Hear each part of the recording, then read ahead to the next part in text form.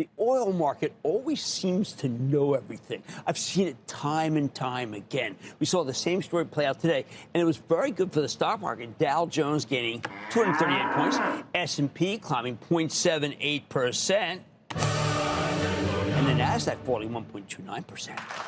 Because oil was, at last, thank heavens, chill.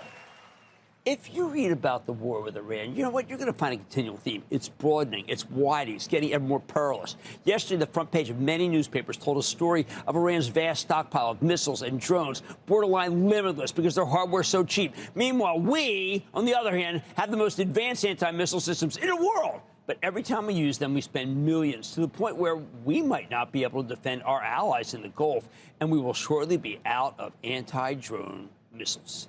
As the war spreads, we were warned the coalition might break up. Countries could declare neutrality to preserve their populace and their tourism. And, of course, ultimately, Iranians are blocking the Strait of Hormuz, which should cause oil prices to soar. $100, anyone? And the nasty war will morph into an ignominious peace. Just very reminiscent of the run-up to the first Gulf War in 1991, where we were ready for a long war, heavy casualties, and a resumption of an already elevated price of oil. The one thing that was so strange back then, though, was as soon as the shooting started, oil began to plummet and the oil stocks started rolling over. The U.S. proceeded to crush the vaunted Iraqi Republican Guard, much to the chagrin of almost every commentator. Things returned to normal very quickly on the heels of the collapse of the major oils, and we had an incredible bull market, a new bull market. It was extraordinary. Now I'm starting to wonder if something similar could happen right now.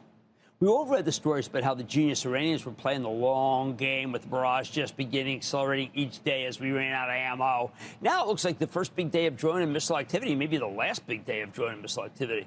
Maybe it's the decapitation of the Iranian military, or we've taken out enough of their hardware. But there seems to be a lessening of the endless wave of projectiles. More important, like the start of the war in 1991, the oil stocks were for sale. And those declines told you maybe everything was going to be, fine. Sure, the oil stocks could be wrong, right? But right now, they're saying that the Gulf will be reopened, the U.S. will protect the ships, and the price of crude has seen its peak. You don't get Exxon, Conoco, and Halliburton all down 1 or 2% if the Straits of Hormuz will be really closed for a long period of time. It doesn't work like that. So what happens if the war winds down and we get a defanged Iran? Maybe we should be thinking about that. So I'll tell you what happens. We're going to go back to where before we started, which is why I was so adamant that you avoid the panic earlier this week and not blow out of stocks on that first day. If you remember, that was the entire top because I didn't want you to go. What's amazing is that, like almost every snapback rally after real hammering, buyers return to the tried and true. First, they go for the highest risk stocks, not the lowest, but the highest. That's a little magical investing there, as well as Bitcoin, which we know now trades with the bullish animal spirits that could be unleashed by some good news out of the Middle East. It has nothing to do with safety. Coinbase and Robinhood soared, nothing to do with safety. Hey, by the way, so did the storage play, Western Digital. You saw AppLovin and Moderna shot higher, two classic risky stocks. In fact, today's winners look very similar to what worked after the end of a very different kind of crisis, the collapse of Silicon Valley Bank roughly 3 years ago. Let's run them down. First, I want to talk CrowdStrike, my favorite cybersecurity company. George Kurtz, the CEO, is on tonight. CrowdStrike's the best of the best, but its stock has been crushed, down 13% for the year. Why? It's been caught in the mass exodus of money from enterprise software because investors are worried that they'll all be replaced by AI agents. At the heart of this trade, there's the grim, agentic, vibe-coding reaper that is Anthropic.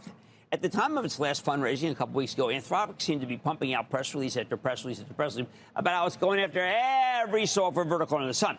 Anytime Anthropic would announce that it was intruding into a new software business, the stocks of the incumbent would simply wilt. The last line of business Anthropic intended to disrupt after just scything everybody, cybersecurity. Anthropic explained that it could protect AI agents from themselves, that there would be no holes in them, that they'd be secure. The result, CrowdStrike stock fell from 420 to 350. People told me, get out of the way, Jim. This one's going much lower. Sellers didn't think to stop and maybe say, oh, could Anthropic really mimic CrowdStrike? Could they do it for a fraction of the cost? I know I was in disbelief that the stock could plummet like that.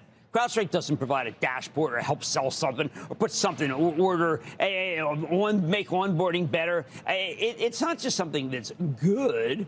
It's a mission-critical company. As George said on the conference call last night, quote, in cybersecurity, you simply can't have hallucination. You can't prompt twice. It's first time final. It's the difference between thwarting an adversary or experiencing a breach, end quote. And that is not something that Anthropic can do. And if the Anthropic were here right now, high Anthropic, they would say they couldn't do it either.